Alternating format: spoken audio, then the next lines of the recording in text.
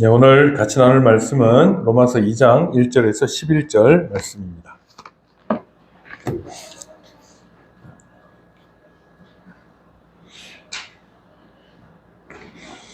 네, 제가 봉독해 드리겠습니다.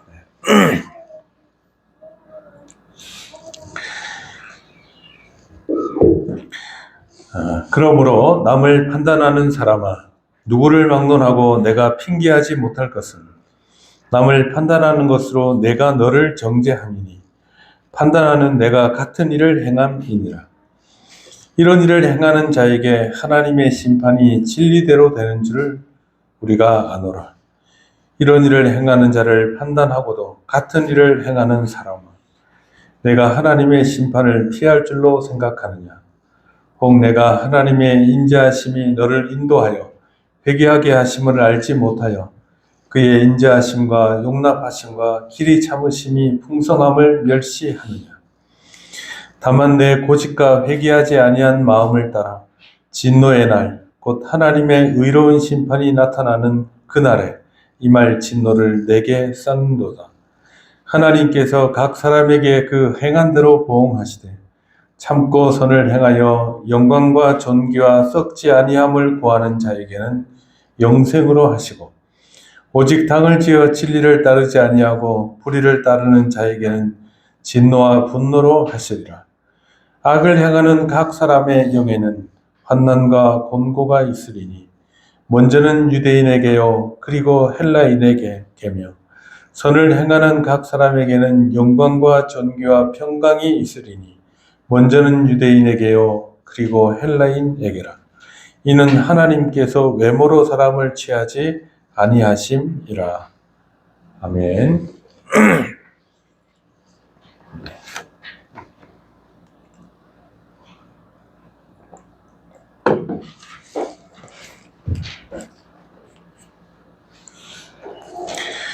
네.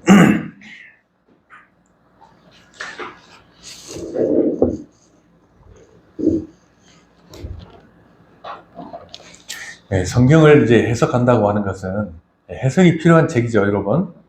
왜 그러냐 하면, 바울 사도 시대에 로마에 대해서 우리가 사실 아는 바가 없기 때문에 그렇습니다.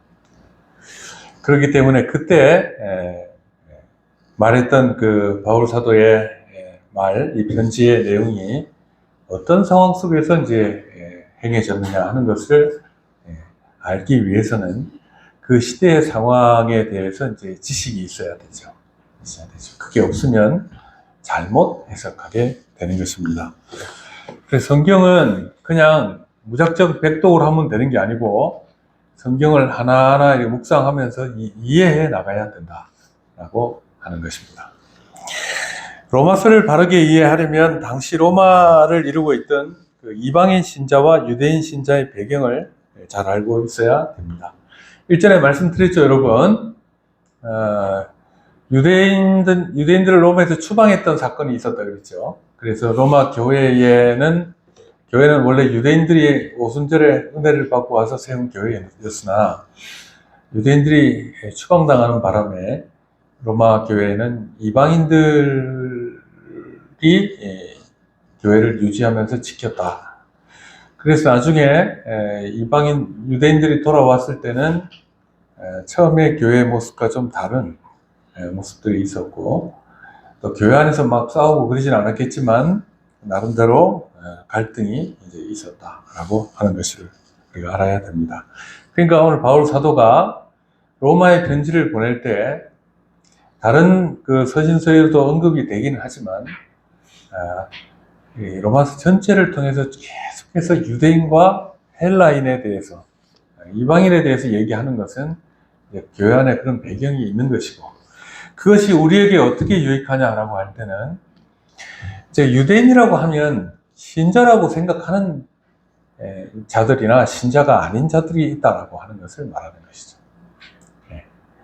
그래서 이제 언약 백성이라고 하는 유대인들이나 그들은 잘못된 하나님에 대한 이해와 복음의 내용을 알고 있었다라고 하는 것을 염두에 두어야 합니다. 여기 보면 이제 구약 시대의 하나님의 언약 백성이었던 유대인들 속에 하나님께서는 구원의 씨앗을 미리 담아 놓으셨어요. 구약시대에 아브라함과 여러 이제 믿음의 족장들과 언약을 맺으시면서 복음에 대한 씨앗을 심어 놓으셨습니다. 그리고 이 씨앗은 예수 그리스도께서 이 세상에 오셔서 구원의 길을 활짝 열어젖히셨을 때 당시 로마 제국의 사방에 널리 퍼져 나가게 됐고, 바울과 같은 사도들이 당시에 땅끝이라고 하는 스페인까지 가서 복음을 전하고자 했고, 복음이 편만하게 전해졌다라고 하는 것을 우리가 알 수 있습니다. 그럼 제가 이제 어릴 때 설교 드릴 때는 로마 안에 기독교인 숫자가 갑자기 늘어나가지고 거의 뭐 세력이 너무 강해져가지고 콘스탄티누스 황제가 기독교를 공인할 수밖에 없었고, 그래서 이제 기독교가 로마 제국의 종교가 되었다, 이렇게 이제 설교하는 걸 들어봤는데, 저도 시오노 나나미의 로마인 이야기를 제가 처음부터 끝까지 다 읽었거든요. 그 부분 중간 부분에 보면 이제 콘스탄티누스 황제 나오고 기독교화 되는 내용이 나오는데, 그때 당시에 기독교 인구가 그렇게 많지 않았어요. 그래서 저는 제가 느끼기는 시오노 나나미 그 로마인 이야기도 보면 왜 콘스탄티누스 황제가 기독교를 국교로 삼는 데까지 갔겠는가 하는 거에 대해서는 석연치 않아요. 석연치 않아요.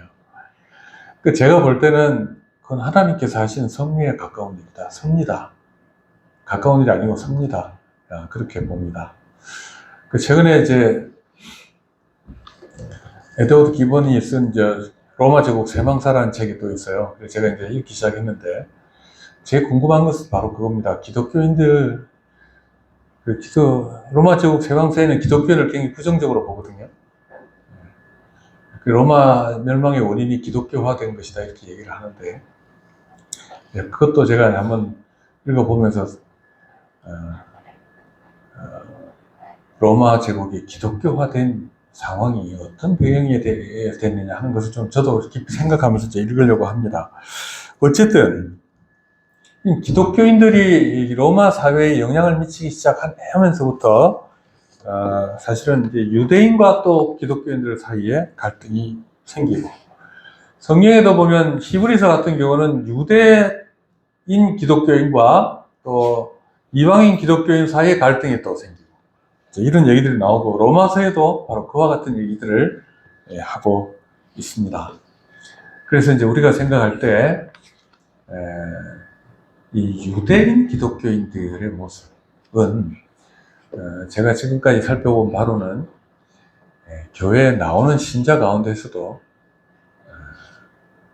자기가 신자라고 생각하지만 신자가 아닌 자들이 얼마든지 있다라고 하는 것을 염두에 두고 봐야 합니다. 자, 그래서 바울 사도가 이방 지역에 가서 복음을 전하기 시작했을 때도 유대인들은 언제나 우선적인 지위를 누리고 있었습니다. 그러나 이제 유대인들이 이 복음을 거부할 때 바울 사도는 지체 없이 이방인들을 향해 발걸음을 옮겼는데, 그러니까 이제 바울의 전도 방법도 처음에 가면 유대인의 회당에 가서 복음을 전했습니다. 근데 유대인들이 사도행전 같은 거 보면 유대인들이 기독교인들을 박해하잖아요. 근데 그때는 이제 이방인들을 향해 나아가는 그런 순서를 이제 가지고 바울은 사역을 했습니다. 사도행전 13장 46절에 보면 비시디아 안디옥에 있었던 일입니다. 바울과 바나바가 담대히 말하여 이르되 하나님의 말씀을 마땅히 먼저 너희에게 전할 것이로되 너희가 그것을 버리고 영생을 얻기에 합당하지 않은 자로 자처하기로 우리가 이방인에게로 향하노라, 그래 말합니다. 그러니까 유대인에게 복음을 전했으나 그리스도를 받아들이지 않고 핍박하니까 그러면 너희가 합당치 않은 줄로 알고 이방인에게로 간다, 이렇게 말한 것이죠. 바울이 이렇게 말한 이유는 구약 성경을 미리 맡아 가지고 있던 유대인들이 하나님의 언약에 대한 잘못된 이해를 갖고 있어서 복음을 거부했기 때문입니다. 요즘 우리를 보면 우리가 살고 있는 이 시대에도 교인들이 복음에 대해서 잘못 이해한 사람들 많습니다. 기복신앙 복 받으려고 하는데 예수 믿는다고 복 받는 것도 아니고 좋은 직장 들어가는 것도 아니고 또 돈 많이 버는 것도 아니고 영원한 나라를 바라보며 살아야 하는 것이죠. 자, 그래서 로마 교회 역시 유대인 신자들과 로마인 신자들로 함께 구성된 이제 공동체였습니다. 그들은 한 교회 안에 모여 있었지만 서로 너무 다른 사고방식과 생활 관습에 이제 익숙해져 있었습니다.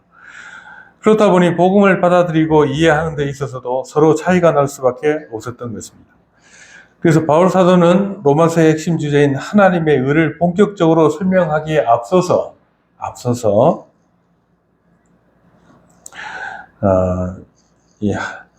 이 도입 부분에 죄로 인해 한 인간이 얼마나 철저하게 부패했는지를 설명했는데, 그것이 이제 우리가 지금까지 봤던 1장이 나오는 내용이었습니다.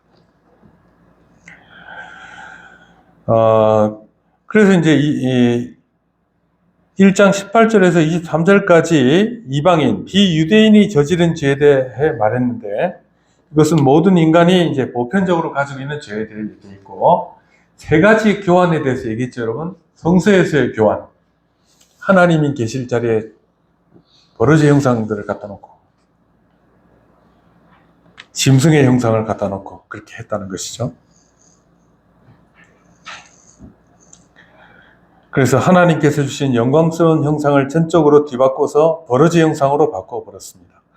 그래서 하나님께서 그 타락한 인간을 그냥 죄 가운데 내버려 두심으로써 그 자체가 심판이 되게 하셨다. 내버려 두셨다. 그렇게 얘기했습니다. 그 죄로 인해서 인간이 추락하고 맙니다. 범죄하는 그 상태 자체가 이미 하나님의 무서운 심판이라는 엄중한 말씀을 우리가 이제 새겨 들어야 합니다. 하나님께서 계셔야 할 자리에 다른 세상 것들을 채우면 아무런 죄책감도 느끼지 못하고 그렇게 살아가는 사람들이 뼈아프게 깨달아야 할 부분이 있는데, 짐승 우상을 숭배하는 사람은 결국 짐승이 된다. 버러지 우상을 숭배하는 사람은 버러지가 된다. 육신의 쾌락만을 쫓는 사람은 결국 쾌락이 남긴 더러운 쓰레기 더미를 뒤지는 처참한 인생이 된다. 황금의 최고의 가치를 두고 추구하는 사람은 황금 더미에 파묻혀 숨도 제대로 못 쉬고 옴짝달싹 못하다가 비참한 죽음을 맞이하게 된다라고 하는 것입니다. 그러니까 요즘 신자들이 뭘 자기 인생의 가장 중심에 두고 있느냐 하는 것이 중요한 것이죠. 버러지를 추구하면 버러지가 돼요. 그러니까 하나님 앞에 나올 때 아무 생각 없이 나와서 마치 습관적으로 종교생활을 하는 사람들이 있는데, 이 사람들이 추구하는 것이 무엇이냐에 따라서 그런 존재가 된다 하는 것입니다. 그 다음에 이제 우리가 지난 시간에 마지막으로 봤던 죄에 대한 사회적 동조가 있습니다. 바울 사도는 죄라는 것이 결코 각 개인의 마음속에만 시작되고 끝나는 것이 아니라 결국 죄악으로 가득 찬 사회를 만들어낸다라고 말한 것입니다. 로마서 1장 32절, 이 같은 일을 행하는 자는 사형에 해당한다고 하나님께서 정하심을 알고도 자기들만 행할 뿐 아니라 또한 그런 일을 행하는 자들을 옳다 하느니라. 오늘날 이 시대에 스스로 신자라고 자처하는 사람들 중에는 이처럼 세상 사람들과 전혀 구별되지 못한 채 살아가는 자들이 너무나 많습니다. 이들은 거룩하게 살고자 하는 영적 열망을 통째로 폐기처분해버렸습니다. 그래서 여러분, 우리가 이제 우리 시대를 살아갈 때 교회의 모습들을 보면, 그렇다고 우리 교회가 예외일 수는 없을 것입니다. 이 보면 하나님이 마음에 가장 최우선에 있지 않아요.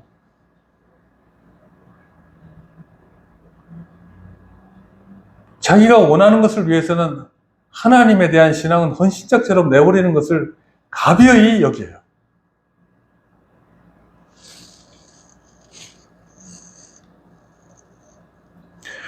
그래서 거룩하게 살고자 하는 영적인 열망을 통째로 폐기처분해버린다 하는 것입니다.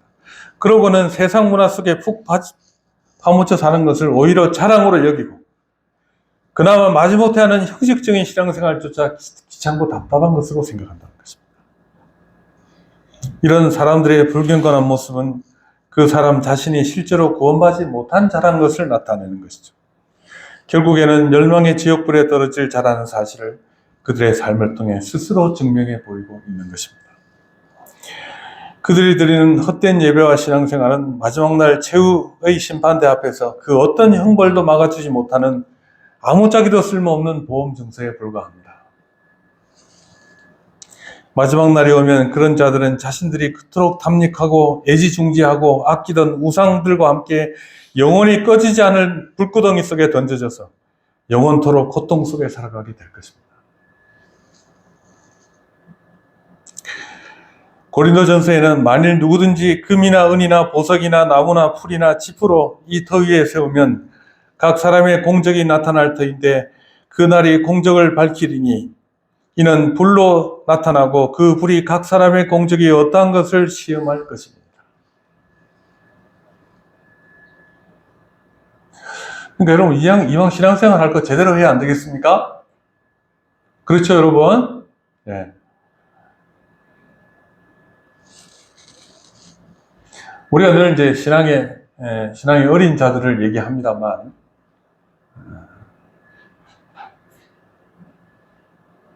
그리고 뭐 하나님께서 구원의 과정들을 인도하신다고 하지만, 근데 이런 게 있어요. 우리가 공로로 구원받는 건 아니지만, 참된 신자 안에는 하나님께서 주신 은혜의 표가 있다는 거예요.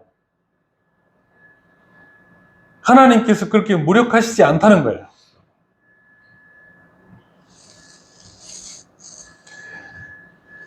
이것이 이제 그 이방인들이 나타냈던 그 신앙, 삶의 모습이었다고 할 때,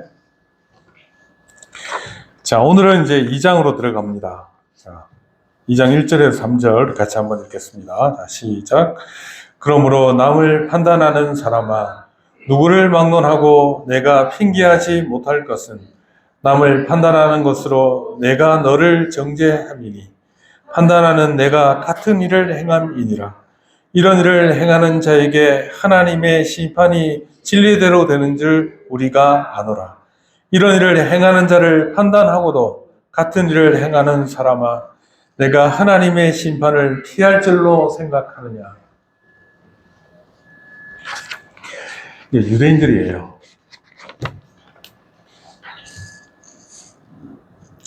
로마서 2장 1절부터 11절까지의 말씀은 바울 사도가 앞에서 지적했던 이방 세계의 도덕적 타락과 우상 숭배에 대한 정죄의 단계를 넘어섭니다.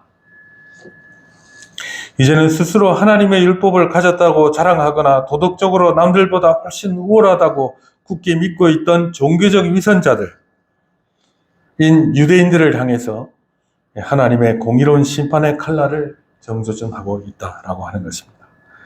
즉 지금부터 바울 사도는 소위 자신들이 하나님의 특별한 백성이라고 착각하며 안심하고 있던 유대인들의 숨은 죄를 낱낱이 폭로하기 시작하는 것입니다. 하나님의 심판은 인간이 겉으로 보여주는 외적인 조건이나 신분에 따라 좌우되는 것이 결코 아닙니다. 그냥 교회 나와 앉아있다고 되는 게 아니다 그 말이에요.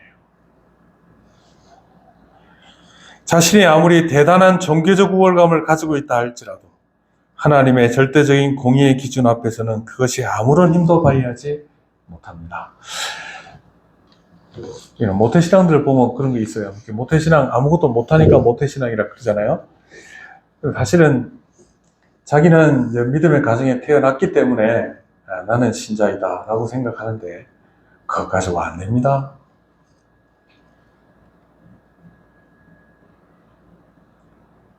안일하게 그렇게 살아가지고는 구원받았다고 할 수 없잖아요. 여러분, 우리는 이제 하나님의 은혜를 자주 듣다 보니까 하나님의 은혜가 있으면 다 구원받겠지. 난 교회 나오니까 은혜 받겠지. 하지만 여러분, 심판에 빠지고 지옥불에 들어가는 사람은 또 뭐예요? 그 사람들은 뭐예요? 우리도 그렇게 됐어야 될 사람이라는 걸 알아야 되는 거죠.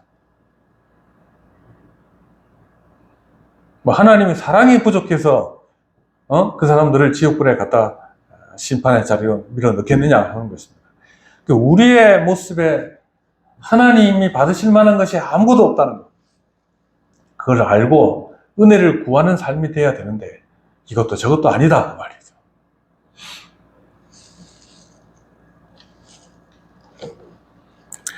자, 바울 사도가 1절에 그러므로 남을 판단하는 사람아, 유대인들을 말하는 것이 맞습니다. 겉으로는 대단히 종교적이고 거룩한 척 꾸미며 사람들의 박수갈채를 받아내고 자신은 아무런 죄가 없는 깨끗한 사람인 양 다른 사람을 손가락질하며 정죄하는 자들을 가리켜 하는 말입니다. 하지만 그들의 속내를 들여다보면 이성과 부패로 가득 차 있습니다. 그렇기 때문에 이들은 하나님의 두려운 심판을 생각할 때마다 자신이 남몰래 저지르고 있는 은밀한 청력과 사악한 죄가 떠올라 소스라치고 두려워하고 공포를 느낍니다. 결국 자신도 하나님의 법정 앞에서 결코 핑계댈 수 없다는 사실을 속으로는 알고 있습니다.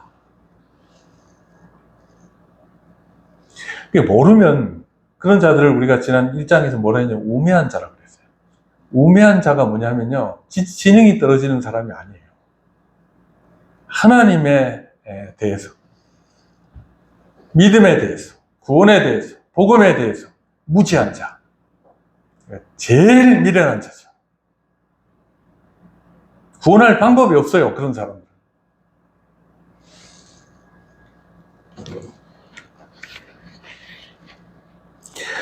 근데 이런 사람들이 그럼에도 불구하고 겉으로 드러나는 종교 생활을 위해 바쁘게 뛰어다님으로써 일종의 막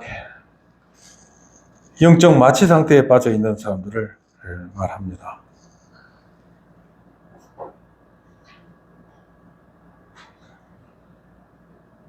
제가 이제 아는 사람 중에 어떤 사람이 있는데, 이 사람은 큰 교회 이제 다니는 걸 자랑스럽게 생각해요. 그러면서 뭐라고 얘기하냐면, 자기는 자기 교회 사모님 헤어스타일을 책임지고 미정원에 모셔가는 것을 사명으로 알고 복받을 수 있는 그것처럼 생각하는 것 같아요. 얼마나 우매합니까?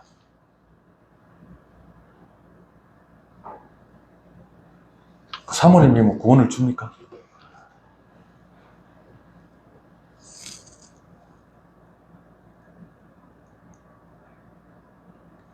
그렇게 하면 구원받을 수 있을 것 같다는 영적 마취 상태에 있는 거예요. 바울 사도는 이들이 붙잡고 있는 허구적인 경건과 헛된 자신감을 사정없이 깨우기 위해 하나님의 심판이 얼마나 혹독하고 신랄한지를 아주 강력하게 이 장에서 일깨워주고 있습니다. 자, 이런 사람들 있죠, 여러분. 교회 열심히 이제 봉사하는 거 좋은 일이에요. 우리 교인들은 이제 봉사 별로 잘 안 하잖아요. 봉사해야죠. 좋은 마음으로. 여러분의 은사를 사용해서 교회를 섬겨야 되죠. 그렇지 않습니까? 근데 그게 아니라 그냥 자신의 그 공로로 교회에 뭐 이렇게 저렇게 하고 교회 일 있을 때마다 가서 막 일을 하고 하는 거. 근데 그게 나쁜 게 아니에요. 근데 그 마음속에 잘못되어 있으면 그건 아무 쓸데없는 일이라고 말이에요.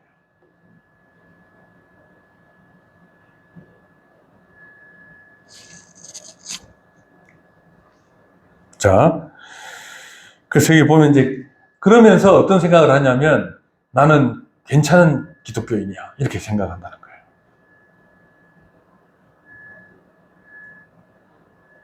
괜찮기는요, 위험한 그리스도인이죠.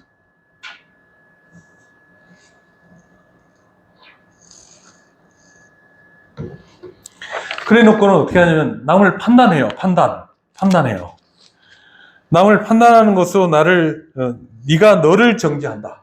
남을 판단하는 것으로 네가 너를 정죄하고 있다. 그리고 바울사도 얘기합니다. 자, 이 구절은 다른 사람을 판단하는 자들이 저지르는 치명적인 자기 모순을 날카롭게 찌르고 있습니다. 다른 사람들의 약한 행실을 비판하고 비난한다는 것은 역설적으로 자기 스스로가 그 행위가 얼마나 부도덕하고 나쁜 것인지 알고 있는 거예요. 따라서 다른 사람에게 엄격한 도덕적 기준을 요구하면서도 정작 자신과 똑같은 죄를 범하고 자신도 그와 똑같은 죄를 범하고 있다면 그것은 결국 자기 입으로 자기 자신을 이중으로 유죄 판결을 내리고 있는 것과 같다라고 하는 것입니다. 그런 거죠. 아이고, 저래가지고 저거 신앙생활 제대로 하겠냐 이렇게 생각하면서 또 자기는 교회 열심히 나오면서도 위선적인 신앙생활을 하면 똑같은 것이다. 가만히 있으면 될걸. 그 사람들 손가락질 함으로 거기 자기 자신의 죄에다가 손가락질 한 죄까지 다 추가로 죄를 범하고 있는 것이다. 그 말이에요. 따라서 다른 사람에게는 엄격한 도덕적 기준을 요구하면서 정작 자신도 똑같은 죄를 범하고 있다면 그것은 결국 자기 입으로 자기 자신을 이중으로 유죄 판결하고 있는 셈입니다. 죄는 눈에 보이는 외적인 행동뿐만 아니라 마음속 깊은 곳에 숨겨진 동기까지도 다 포함하는 것이기 때문에 이처럼 마음의 순전함을 잃어버린 채 남을 판단하는 모든 위선적인 태도는 결국 자신의 죄의 무게를 2배로 무겁게 하는 것과 같다라고 하는 것입니다.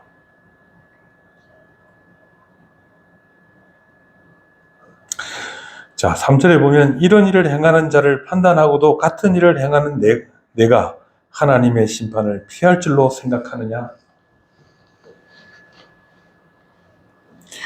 그럼 세상 법정에서 악한 범죄자에게 판결을 내릴 때 사람들은 어떻게 생각하죠? 당연하다. 저런 놈은 벌을 받아야 돼. 이렇게 생각한다. 그 말입니다. 이것은 인간의 마음속에는 본능적으로 악을 정죄하고자 하는 하나님이 주신 기준이 마음속에 있다는 것입니다. 자, 그렇다면 한번 깊이 생각해 보십시오.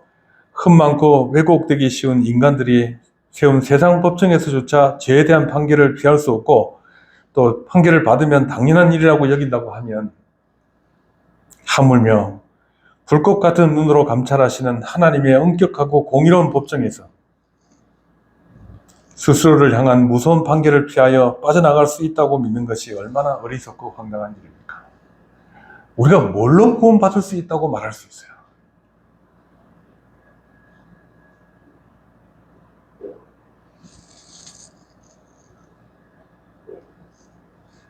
하나님의 법정에 섰을 때 우리가 뭘로 하나님 앞에서 나는 무죄입니다라고 말할 수 있겠냐, 그 말이에요.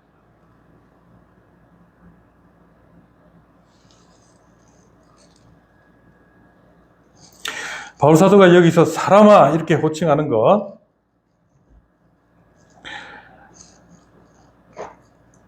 1절에도 그러므로 남을 판단하는 사람아 그렇게 얘기하고 3절에도 그렇게 얘기하죠. 이렇게 말하는 것은 인간이란 그저 흙으로 지원받은 존재요 한없이 연약하고 한계가 뚜렷한 존재임을 상기시키려고 하는 말입니다. 감히 전능하신 하나님의 위엄과 권세 앞에서 피조물에 불과한 인간이 그 영적 오만함을 드러낼 수 없다는 사실을 똑똑히 보여주는 것이 바울 사도가 이렇게 말하는 이유다. 내가 뭘 가지고 하나님의 법정에서 살아남을 수 있겠냐?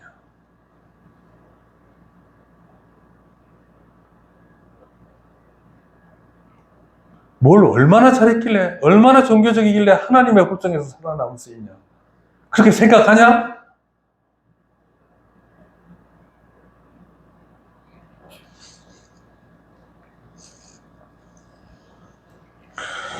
자, 2장 4절 우리 같이 읽겠습니다. 시작.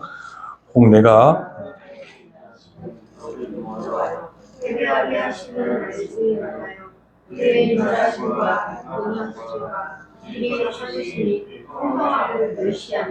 네.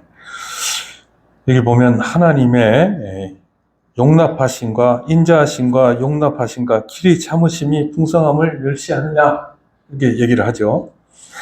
자, 위선자들은 자신들이 이 세상에서 누리는 물질적인 번영이나 외적인 형통을 보면서 뭐라고 생각하냐면 그것이 마치 자신들의 종교적인 행위를 하나님께서 인정해 주시고 축복해 주신 결과다라고 착각하는 것입니다. 커다란 오해입니다. 여러분, 우리가 우리의 선행이나 봉사 이것 때문에 하나님께서 복을 주시고 이걸 안 하면 하나님께서 복 안 주시고 그렇게 하냐? 오해입니다.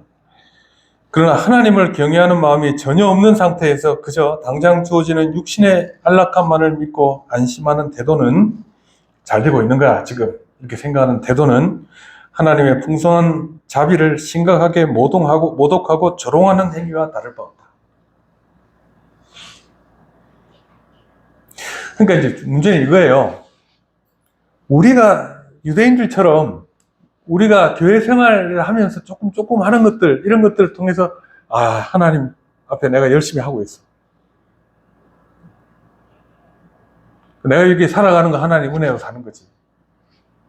난 잘하고 있어. 이렇게 생각한단 말이에요.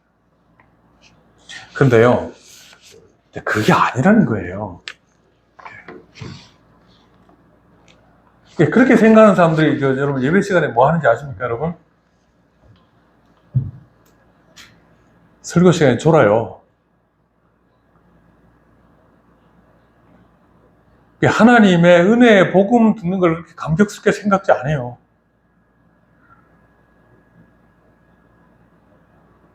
하나님께서 나를 어떻게 구원하실 것인지에 대한 얘기를 심각하게 생각지 않아요.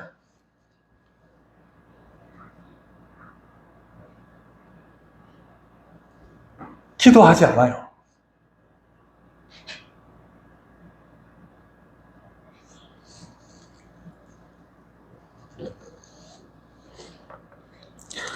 자, 그러나 하나님을 경외하는 마음이 전혀 없는 상태에서 그저 당장 주어지는 육신의 안락함만을 믿고 안심하는 태도는 하나님의 풍성하신 자비를 심각하게 모독하고 조롱하는 행위와 다름없습니다. 이처럼 여전히 하나님을 향한 사랑도 없고 두려워함도 없는 상태인데도 불구하고 하나님께서 즉각적인 심판의 벼락을 내리지 않으시고 자비롭게 생명을 보존해 주시는 진짜 이유는 무엇이겠습니까? 그건 뭐냐 하면 그것은 바로 하나님의 선하심과 오래 참으심을 통해서 죄인들의 완고한 마음을 녹이시고 스스로를 깊이 돌아보아 진정한 회개의 자리로 나오도록 간곡하게 권고하시는 것. 그것이 그 이유다, 그 말이에요. 시간을 주시는 것이다.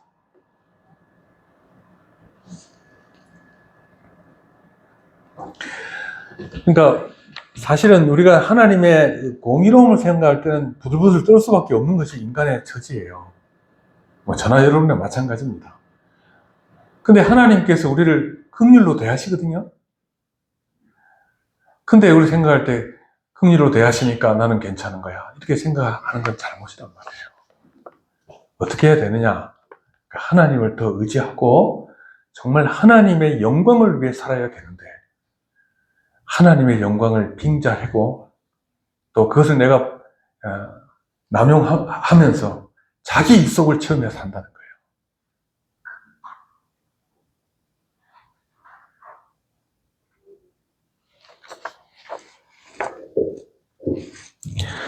자, 여기 보면 너를 인도하여 라는 말이 있습니다. 혹 내가 하나님의 인자하심이 너를 인도하여 라는 말인데, 인도하여 라는 말은 하나님께서 죄인들을 억압적으로 거칠게 몰아가시거나 기계적으로 끌고 가지 않으신다는 걸 말합니다. 그러니까 하나님은 자비로우신 분이시죠. 어떻게 해서든 우리를 구원하려고 하시는 것이죠. 이것은 마치 자비로운 아버지가 길을 잃고 헤매는 어린 자녀의 손을 다정하게 붙잡고 깨끗하게 이끄는 모습과 같습니다. 즉 하나님께서는 온유하신 사랑으로 죄인들의 마음을 인내하며 점진적으로 설득하시는 방식을 취하십니다. 그럼 여러분 여기서 아주 굉장히 악한 자들은 어떻게 생각하냐면 그 하나님께서 우리를 심판하시는 거 아니야? 하나님께서 우리를 지옥에 넣으신다며 이렇게 얘기합니다. 지옥에 들어가는 건 바로 사람들 죄 때문에 그런 것이지 하나님께서 그렇게 하신 게 아니란 말이에요. 자기 죄 때문에 들어간 걸 가지고 하나님께 고개를 빳빳이 쳐들고 대들고 무시하고 한다는 거죠. 그러나 하나님의 공의는 우리가 아무리 대꾸를 해도 반박을 하고 거기에 대해서 대항을 해도 하나님의 공의로우심은 변하지 않습니다.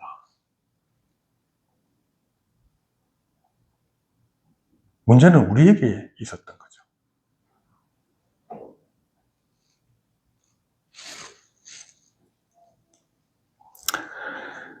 그럼에도 불구하고 끝까지 하나님의 부성적인 사랑과 오래 참으시는 호의를 멸시하고 고집을 부린다면 그 사람에게는 단순히 죄를 지은 것을 넘어 자신을 살리려고 다가오신 하나님의 애정어린 자비마저 매정하게 걷어찬 면망독의 제목까지 무겁게 추가될 것입니다.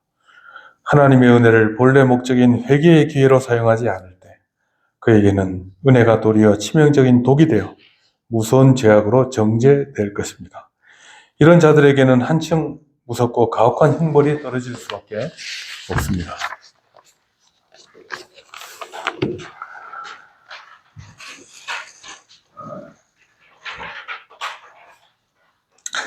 근데 이제 하나님께서 우리를 그렇게만 내버려 두신다면 우리에게 희망이 없잖아요. 근데 하나님은 항상 은혜로우신 분이시죠. 자, 5절 한번 보세요. 5절부터 10절까지. 다만 내 고집과 회개하지 아니한 마음을 따라 진노의 날 곧 하나님의 의로우신 심판이 나타나는 그날에 임할 진노를 내게 쌓는도다. 하나님께서 각 사람에게 그 행한 대로 보응하시되 참고 선을 행하여 영광과 존귀와 썩지 아니함을 구하는 자. 여러분, 이 말이 굉장히 상투적인 말처럼 들리죠? 참고 선을 행하여 영광과 존귀와 썩지 아니함을 구하는 자에게는 영생으로 하시고 오직 당을 지어 진리를 따르지 아니하고 불의를 따르는 자에게는 진노와 분노로 하시리라.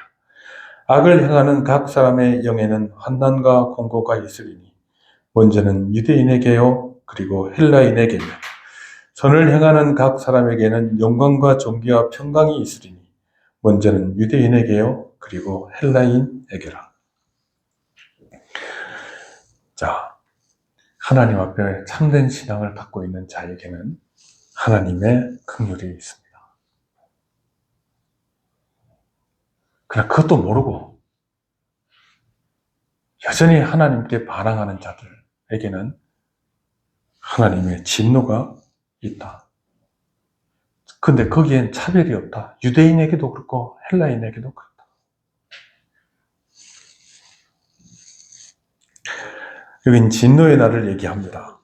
5절에 하나님의 의로우신 심판이 나타나는 그날에라고 선언합니다. 이 마지막 날은 하나님을 믿지 않는 불신자에게는 한없이 두렵고 공포스러운 파멸의 날이 될 것입니다. 지금은 잘 몰라요. 요한계시록에 좀 하잖아요. 보면 나중에 하나님 그리스도께서 이게 세상을 향해 이제 재림하실 때 악인들이 뭐라고 합니까? 큰 바위야 이 산아 내 위에 무너져라. 그게 벌 받겠다는 얘기가 아니에요. 그렇게 해서 내가 메시아의 얼굴을 보지 않게 해라. 메시아의 얼굴을 보는 게 가장 두려운 것이에요.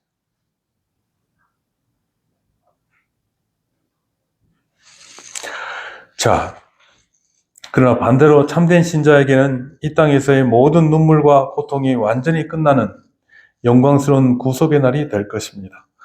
불신자들이 고집스럽게 쌓아 올리는 불의는 결국 자기 스스로의 머리 위에 쏟아부을 하나님의 저주와 진노를 매일매일 저축하는 듯 쌓아두는 것과 같습니다. 그래서 심판이 나타난다 이렇게 얘기하죠. 나타난다는 말은 계시란 말과 같은 단어입니다. 하나님의 의로운 심판이 나타나는 그날에 나타난다. 계시된다. 계시된다는 것은 여러분 뭐죠? 테이블에 뭐가 물건이 있어요. 근데 그 위에 테이블보가 덮여 있어. 계시된다는 말은 그 테이블보를 걷어내는 걸 말해요. 그럼 뭐가 보이죠? 테이블보에 가려있던 것들이 드러나잖아요. 그걸 뭐라 그러냐면 계시라고 하는 거예요. 나타난다 라고 말하는 거예요. 자, 여기서 나타난다는 말은 계시된다는 뜻인데 이는 그동안 인간 역사의 뒤에 꽁꽁 감추어져 있던 악인들의 은밀한 범죄 동기와 모든 행적들이 마치 책이 펼쳐지듯 만천하에 드러나는 것을 의미합니다. 즉 양과 염소를 갈라놓으시는 최후의 심판의 그날에 그들의 모든 죄상이 온 세상에 명명백백하게 폭로될 것입니다.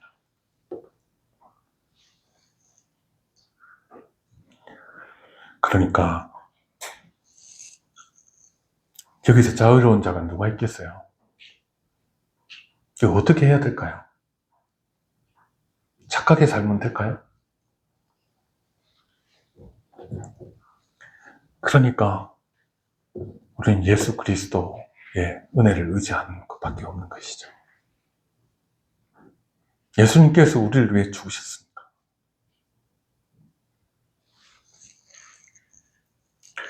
자, 여기 보면 신학자들이 좀 굉장히 논쟁이 많은 구절이 하나 있습니다. 6절에 하나님께서 각 사람에게 그 행한 대로 보응하시되 이렇게 말합니다. 여러분, 행한 대로 보응하시면 어떻게 되죠? 여러분, 우리는 희망이 없어요. 없어요. 자,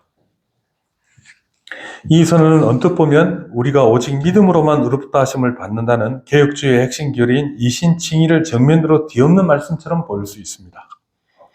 그러나 칼뱅은 이 구절을 지적하면서 인간의 행위가 구원을 얻는 원인이 되거나 구원받을 만한 자격을 갖춘 공로가 될 수 있다는 뜻이 결코 아니다. 그런 말이 아니다. 이 구절을 통해 바울이 진정 보여주고자 하는 것은 하나님께서 성령으로 거듭난 신자들이 삶 속에서 맺은 선한 행실을 보고 기쁘게 보시고 기꺼이 하늘의 면류관을 씌워 보상하신다는 뜻이지, 그 행위 자체에 영생을 따낼 만한 가치나 공로가 들어있다는 뜻이 아닙니다. 칼뱅은 하나님이 주시는 보상으로부터 인간의 공로를 유추해내는 것은 앞뒤가 맞지 않는 비약이다, 그렇게 말을 했습니다. 이게 무슨 말이냐면요, 하나님께서 이걸 분명히 아셔야 돼요. 우리에게는 선한 것이 없어요. 그러나 우리가 구원받을 수 있는 길은 뭐죠? 예수 그리스도의 은혜를 받는 것이잖아요. 은혜를 주시고 우리가 받는 것이잖아요. 그렇게 하면 은혜 받은 자에게는 하나님께서 중생하게 하시고 믿음을 주시고, 그래서 그 사실을 하나님의 은혜를 믿게 하시죠. 그렇죠? 그 다음에 거기서 끝나는 것이 아니죠. 성령께서 오셔서 우리를 거룩하게 하시죠. 성화시켜 나가시죠. 그러니까 우리가 신자들이 사모해야 될 것은 거룩한 삶인 거예요. 그래서 하나님께서 그 행한 대로 보응하신다는 말은요, 보응하신단 말이에요. 뭘 가지고요? 우리의 행위를 가지고. 근데 그 행위가 우리의 노력으로 한 것이 아니란 말이에요. 하나님께서 우리에게 주신 은혜, 또 그 은혜를 가지고 은혜를 받아서 거룩한 삶을 살아가는 그 삶의 모습들, 그것을 하나님께서는 스스로 주신 것을 받으시는 거예요. 그 영광을 돌려드린다고 하죠. 그러니까 하나님께서 주신 은혜를 우리의 삶을 통해 드러낼 때 그것을 하나님께서 우리에게서 받으신다는 것이죠. 자, 로버트 할데인이라고 하는 유명한 주석가가 있습니다.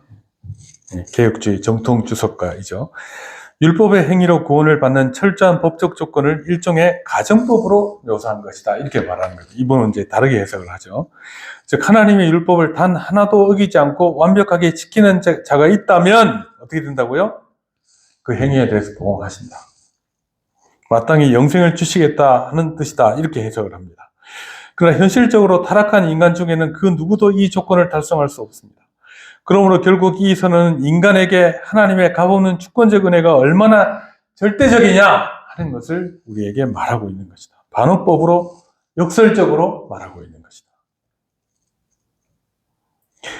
하나님께서 각 사람에게 그 행한 대로 보응하시면 구원받을 자가 없으나 하나님의 은혜를 받은 자에게는 하나님께서 선을 베푸시다. 그래서 칼뱅 역시 성령을 통해 새롭게 거듭난 진짜 신자들의 삶 속에서만 하나님께서 기쁘게 받으실 만한 참된 선행이 흘러나올 수 있다고 봤습니다. 따라서 이 선행은 예수 그리스도와 영적으로 연합된 자에게서 당연히 맺히는 필연적인 열매이자 증거일 뿐이지 구원의 조건이나 원인이 되는 행위는 아니다, 그렇게 말하는 것입니다.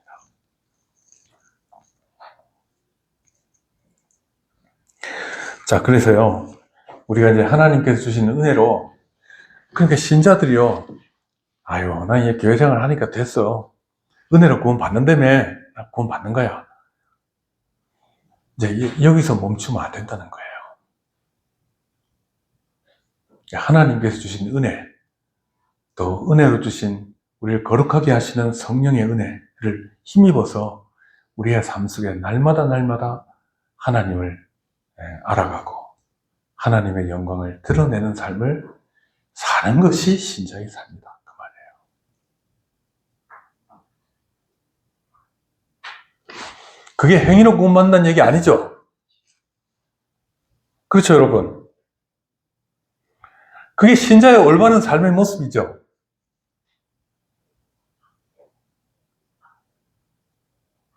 구원받았으니까 대충 살아야 돼. 그 사람들은요, 구원 안 받는 사람일 가능성이 높아요. 혹은 하나님의 은혜에 대해서 지극히 미천한 지식. 하나님의 은혜가 있으면 변화되겠죠, 물론. 그게 신자의 삶의 표준이 아니라는 거예요, 여러분. 그럼 구원받았으면 됐지, 왜 교회 나옵니까?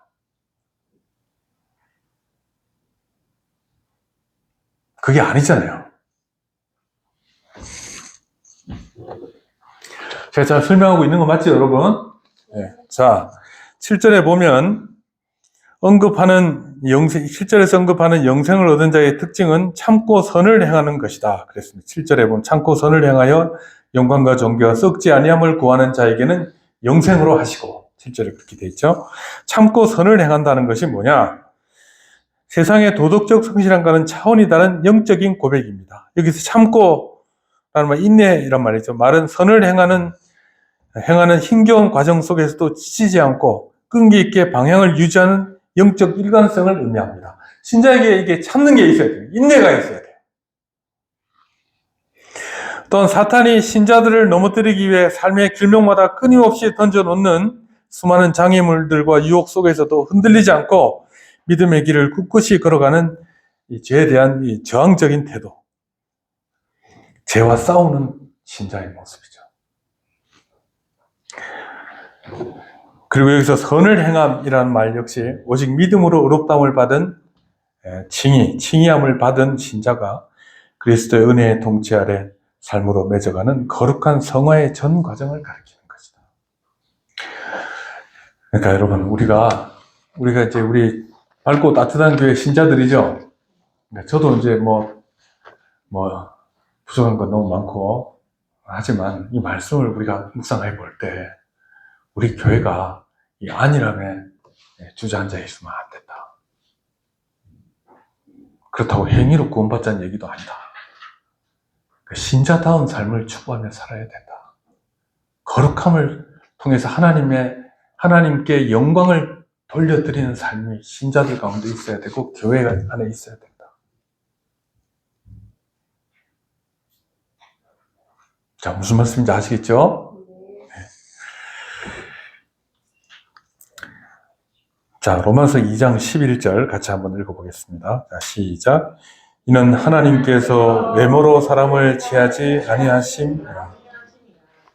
자, 사도 바울이 이 위대한 선언은 차별이 없으신 걸 말해요. 외모로 보지 않는다. 외적인 걸 가지고 판단하지 않으신다. 유대인과 이방인 사이에 가로놓여 있던 인간적인 모든 차별의 벽을 단번에 허물어버리고 하나님의 공의로운 통치가 온 세상 만민에게 똑같이 공평하게 적용됨을 장엄하게 선포하는 말씀입니다. 본문에서 말하는 외모란 가문이나 인종, 국가적 혈통, 혹은 높은 사회적 신분, 관직, 그리고 재물의 유무나 인간들이 보편적으로 자랑거리로 삼는 모든 세상적인 조건과 겉포장들을 총칭해서 말하는 것입니다. 하나님 앞에서는 외모가 중요한 게 아니다.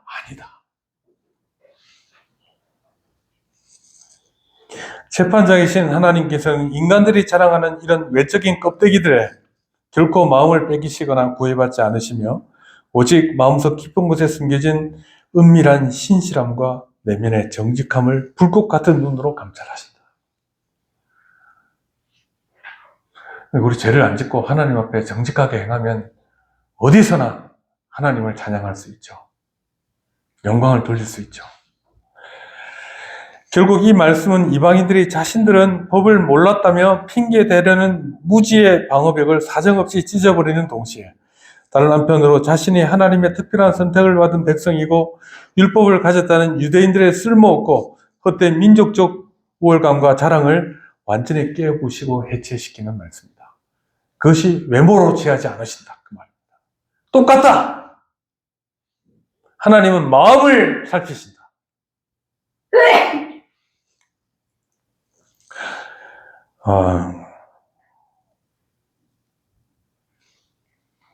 유대인으로 태어나 손에 율법을 쥐고 있다는 사실이 최후 심판대 앞에서 무조건 구원을 보장해주는 보증수표가 될 수 없다는 뜻입니다. 도리어 더 밝은 하나님의 계시를 먼저 받고도 말씀에 불순종했기 때문에 유대인들에 가해질 심판의 무게와 책임은 훨씬 더 무겁고 엄중해집니다. 하나님의 공의로운 심판은 특권을 가졌다고 자부하는 자들로부터 가장 먼저 시작하여 온 세상 끝까지 한치의 오차도 없이 공평하게 시행됩니다. 자, 여러분, 그러니까 신앙생활은요, 마음에서 하는 거예요. 정직하게 해야 되는 겁니다. 예? 그렇죠, 여러분? 네. 마음이에요, 마음. 마음에서 우러나오는 예배. 마음에서 우러나오는 신앙생활이에요. 하나님께서 우리가 거짓으로 행하는 걸 모르시겠냐, 그 말이에요.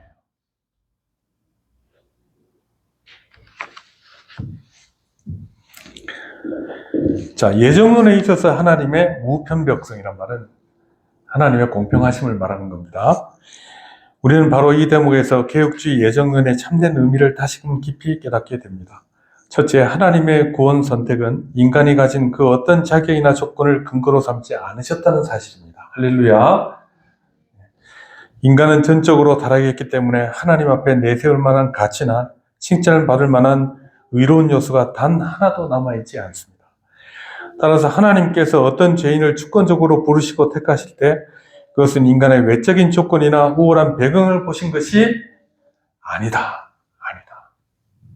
그 여러분, 우리가 지금 교회 나와 있는 것도 외적인 조건 때문에 나온 게 아니라는 겁니다.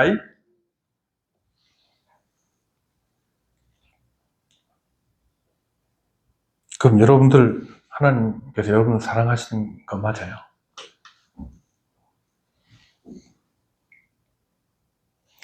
오직 하나님의 신적 자비의 풍성함에만 그 원인을 두고 계십니다. 하나님이 부르셨으니까 나온 거예요. 그러니까 하나님 예정론을 볼 때 우리가 은혜로운 거예요.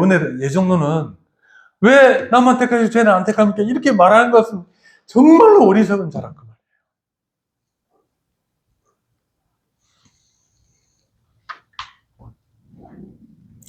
그러므로 여기서 외모를 보고 차별하시는 하나님의 개입이 존재할 여지는 전혀 없습니다. 여러분, 감사하죠? 둘째, 신자의 선행을 하나님께서는 성령의 초자연적 역사로 새롭게 창조하시고 신령한 은사를 부어주신 자녀들의 삶을 기쁘게 돌아보시는 것이라고 하는 것입니다. 신자의 선행이라는 것은요, 사람들이 볼 때 선행이 아닌 거예요, 여러분. 뭐가 선행이죠? 하나 성령께서 우리에게 주시는 거룩한 삶의 표현인 거예요. 사람들의 판단이 아니란 말이에요.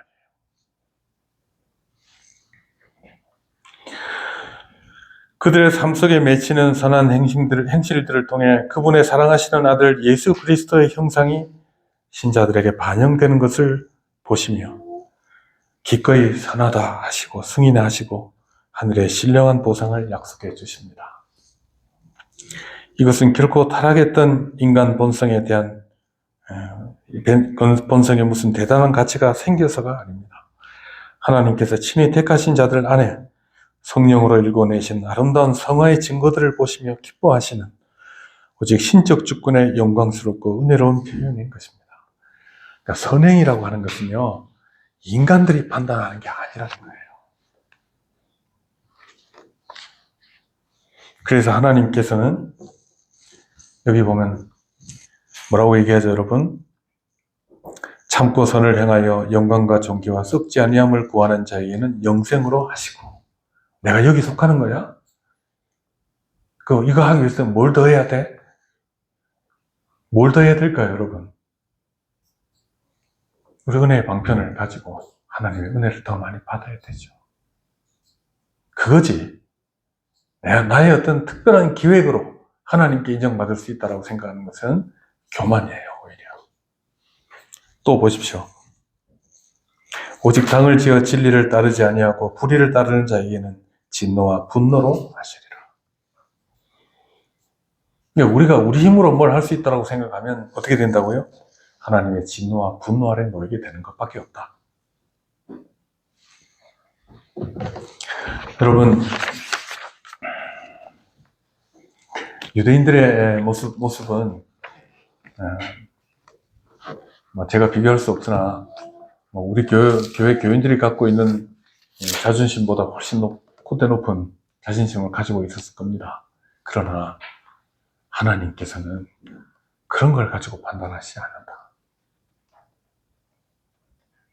그러면 우리는 잘 됐네? 잘 된 건 맞죠? 그러나 우리가 지금부터 그러니까 손 놓고 이제 이 기쁨을 누려야겠다. 기쁨을 누려야죠. 그러나 그게 우리가 해야 할 일은 우리에게 주신 하나님의 은혜, 그 은혜를 우리의 삶을 통해 드러내고 그것을 통해 우리의 삶 자체를 통해서 하나님의 영광을 드러내는 자, 그것이 참된 신앙생활이다, 그 말이에요. 그 외에 우리가 할 수 있는 일은 아무것도 없습니다. 기도하십시다. 하나님 아버지, 주님께서 우리에게 주신 은혜를 우리가 다시금 기억하고 하나님께서 정말 우리에게 원하시는 것이 무엇인지를 우리가 잘 기억하게 하여 주시고 하나님의 은혜를 세상 가운데 드러내는 그와 같은 삶을 살아갈 수 있도록 주여 우리를 붙드시고 인도하여 주시옵소서. 우리 힘으로 할 수 있는 것은 아무것도 없어 오직 주님의 은혜를 구합니다. 신앙생활을 하면서도 우리가 은혜의 방편으로 주신 기도와 말씀과 또 성례를 우리가 은혜롭게 받아들임으로 우리의 마음이 바뀌고 생각이 바뀌고 참으로 소중한 것이 무엇인지 알게 되고 그것을 위하여 목숨까지도 내놓을 수 있는 신앙의 대전환이 일어나는 저희들의 삶이 되도록 하나님 복 내려 주시옵소서. 감사합니다. 예수님의 이름으로 기도하옵나이다. 아멘.